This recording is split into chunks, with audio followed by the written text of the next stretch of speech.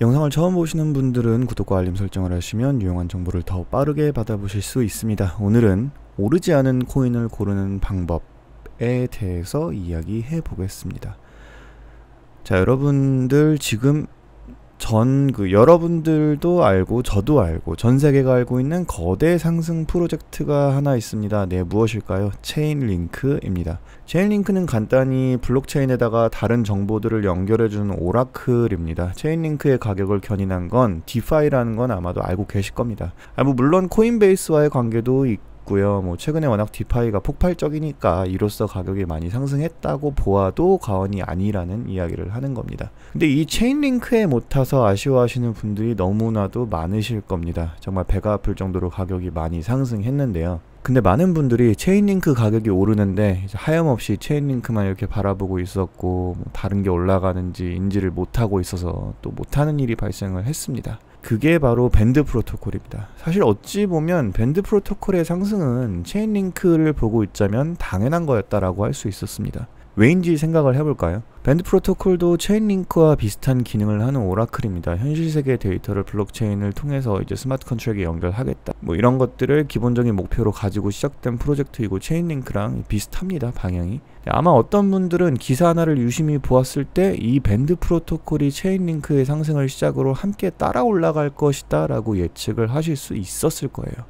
밴드 프로토콜은 태초에 정확히는 2019년 10월에는 이더리움에서 시작을 했습니다. 근데 2020년 6월 초 돌연 이 밴드 프로토콜은 밴드 프로토콜 2.0을 코스모스 상에서 런칭한다고 발표를 합니다.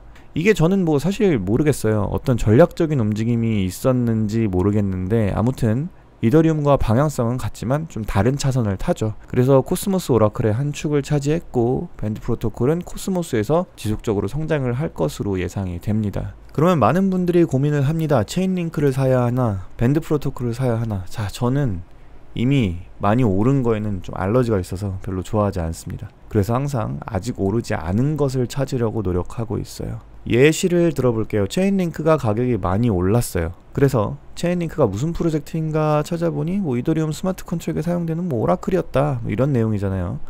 그러면 다른 오라클이 무엇이 있는지를 찾아봅니다. 아무 정보가 없잖아요, 처음에는. 그러면은 구글링을 해보셔야 합니다. 자, 저라면 이렇게 검색을 했을 것 같아요. 이더리움 오라클, 아니면 이더리움 오라클 토큰. 검색은 영어로 하시는 게 훨씬 유리합니다.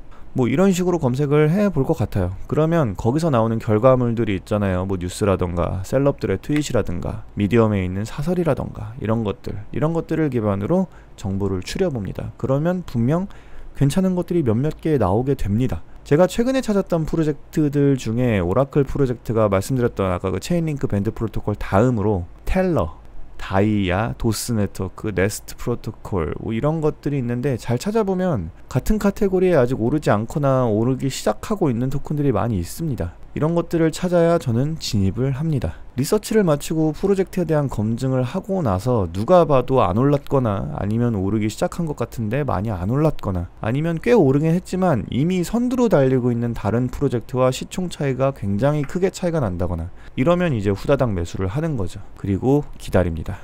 근데 이 기다림이라는 게 이제 시간이 얼마나 걸릴지 정확히 알 수 없는 부분이거든요. 어떤 건 또 반응이 빨리 오기도 하고 그럽니다. 제가 오랫동안 들고 있었던 코인이 하나 있었는데 그 코인을 제가 1년 존버했는데 트라발라라는 프로젝트가 최근에 크게 오르면서 꽤 많이 익절을 했습니다. 17배 정도 상승을 했을 거예요, 제가 들어갔을 때보다. 추가로 생각해보자면 또 뭐가 있을까요? 크립토닷컴 있잖아요. C5 프로젝트이고 체크카드를 발행하는 서비스, 이것과 비슷한 것 중에 요즘 뜨는 게 하나 있죠.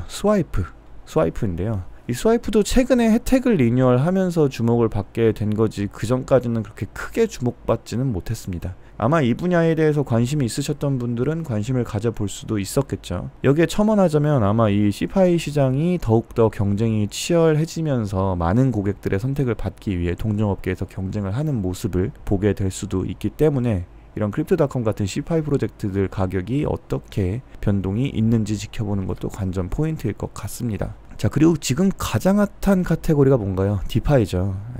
메이커다오가 아무래도 점유율이 가장 높으니까 예를 들어 보면 이런 종류의 CDP 서비스들이 있잖아요. 자산을 받고 그에 상응하는 스테이블 코인을 발행해 주는 것들. 이런 서비스 중에 다른 게 또 뭐가 있을까요? 바로 저스트입니다. 저스트는 트론에서 돌아가는 CDP이고요. 자산을 내치받아서 USDJ라는 트론 기반 스테이블 코인을 발행해줍니다. 디파이가 활성화되려면 CDP 서비스들이 주목을 받다 보니까 메이커다오를 포함한 각종 토큰들의 가격이 올랐고, 이를 모방하는 저스트의 가격도 많이 상승을 했죠. 자, 다시 메이커다오 이야기로 돌아와 볼게요. 이더리움을 예치하고 스테이블 토큰인 다이를 발행받죠. 그러면 이걸 어딘가에 사용해야 할 텐데, 지금 수많은 이더리움 기반 디파이 플랫폼들 있잖아요. 뭐 연 파이낸스라던가 에이브라던가 커브 파이낸스라든가 컴파운드라든가 센테릭이라든가 밸런서 등등, 뭐 이런 것이 다이가 거의 필수적으로 사용된다라고 보시면 됩니다. 수익률이 좋으니까 전 세계적으로 이제 다이의 수요가 늘어나게 되고, 그로 인해 메이커의 가격에도 좋은 영향을 미쳤죠.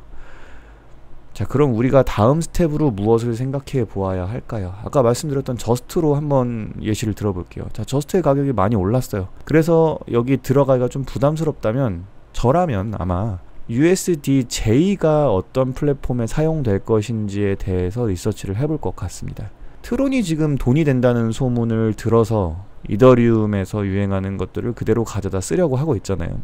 그러면 그 다음에 무언가 트론 버전의 커브 파이낸스라든가 트론 버전의 컴파운드라든가 트론 버전의 밸런서라든가 이런 것들이 세상에 나오게 될 수 있잖아요. 아니면 이미 태어났는데 아직 사람들에게 알려지지 않았던가, 뭐 이런 것들이 있으면 그곳에서 이자 농사를 하던, 아니면 뭐 관련 토큰을 매수해서 수익을 노려본다던가 등의 투자를 진행해 볼 수 있겠죠.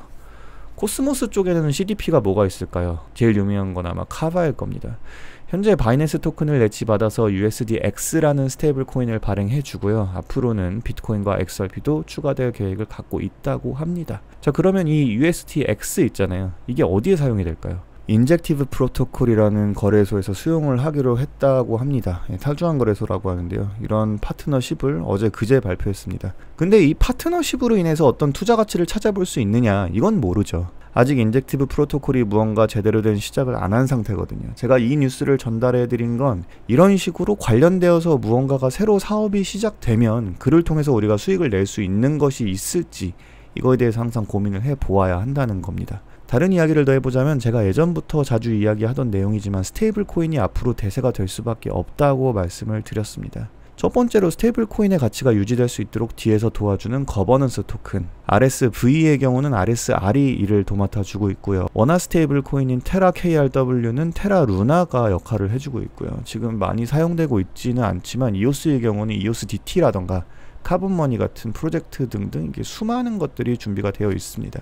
이오스에서도 디파이를 시작을 하려고 하는데 뉴덱스라는 그런 탈주한 거래소가 있다고 하네요. 그 디파이를 시작을 하게 되면은 일단 기본적으로 CDP, 아까 말씀드린 자산을 예치받아서 스테이블 코인을 발행하는 그런 플랫폼이 있어야 되고요. 탈중앙 거래소가 있어야 됩니다. 그리고 어딘가 랜딩을 해가지고 수익을 얻을 수 있는 그런 랜딩 플랫폼도 필수가 되겠고요. 이 세 가지가 갖춰지면 일반적으로 디파이가 좀 크게 이제 시작이 된다라고 봐야 되는데, 이오스가 이런 거를 지금 하려고 하고 있는 그런 낌새가 보인다라는 게 뉴스에 종종 보이고 있습니다. 스테이블 코인의 거버넌스를 관장하는 토큰을 통해서 이제 수익을 얻을 수도 있고요. 아까 위에서 말씀드렸던 그런 것들. 그리고 스테이블 코인을 홀딩함으로써 디파이 또는 CeFi 프로토콜을 통해서도 이자 수익을 얻을 수 있습니다. 스테이블 코인이 투자 가치가 없다라는 건 예전에는 통용될 수도 있을 수 있는 개념이지만 지금은 스테이블 코인이 투자 가치가 없다라는 건 말이 안 되죠. 세상이 많이 바뀌었습니다. 사실 운용 자금이 많은 분들이라고 치면 제가 말씀드리는 게 어떤 건지 아마 한 번에 알 수 있을 겁니다. 제가 만약에 10억, 20억씩 자산 운용을 한다면 저는 아마 절반 이상은 스테이블 코인을 매수할 겁니다. 그리고 나머지를 BTC나 이더리움에 투자하겠죠. 스테이블 코인을 통한 이자 수익이 얼마나 큰지 경험을 해보지 못하신 분들은 아마 모를 겁니다. 가격의 변동이 없으면서, 내 자산에 대한 등락폭이 없으면서 수익을 얻을 수 있는 암호화폐라는 게 바로 이런 거죠.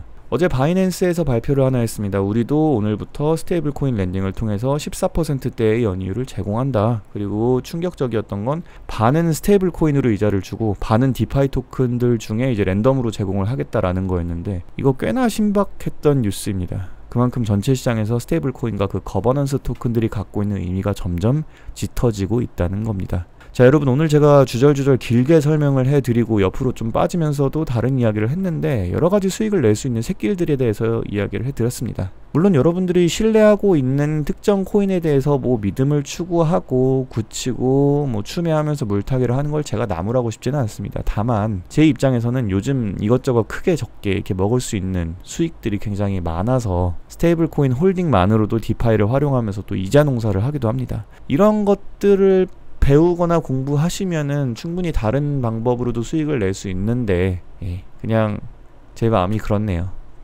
누구는 끝물이다, 사기다, 폭탄 돌리기다, 뭐 이런 이야기를 하십니다. 댓글에 그런 게 굉장히 많이 달려요. 뭐 이에 대한 판단은 각자 개인이 하시면 되는 것 아니겠습니까? 뭐 여러분 스스로 공부하시고 이해하신다면 어떤 리스크가 있는지, 어떤 방향성이 수익을 가져다 줄 수 있는지 충분히 스스로도 알 수 있으실 겁니다. 여러분들이 보시기에 제가 전문가인가요? 아니요, 전혀 그렇지 않습니다. 저는 컴퓨터공학과도 아니고 경제 전문가도 아닙니다. 다만 탐구하는 걸 좋아하는 사람일 뿐입니다. 여러분들도 누군가에게 리스크를 전가하지 마시고 의지하지 마시고, 제가 항상 말씀드리지만 스스로 공부하셔서 성공하는 투자하실 수 있기를 저는 희망합니다. 제 영상 시청 지속률이 50% 정도 돼요. 그러니까 절반의 분들은 여기까지, 그러니까 제가 지금 말씀드리는 이 부분까지 영상을 보지 않는다는 겁니다. 지금 이 영상을 보고 계시는 분들은 새로운 거를 빨리빨리 받아들이고 거기서 수익을 얻을 수 있도록, 리스크가 있다면 피해서 갈 수 있도록, 이런 거에 대해서 좀 더 생각을 해보셨으면 하는 바람입니다. 자, 오늘 오르지 않는 프로젝트 고르기라는 주제에 대해서 이야기해 보았습니다. 여러분들의 생각은 어떠신가요? 오늘 영상은 여기까지입니다. 감사합니다.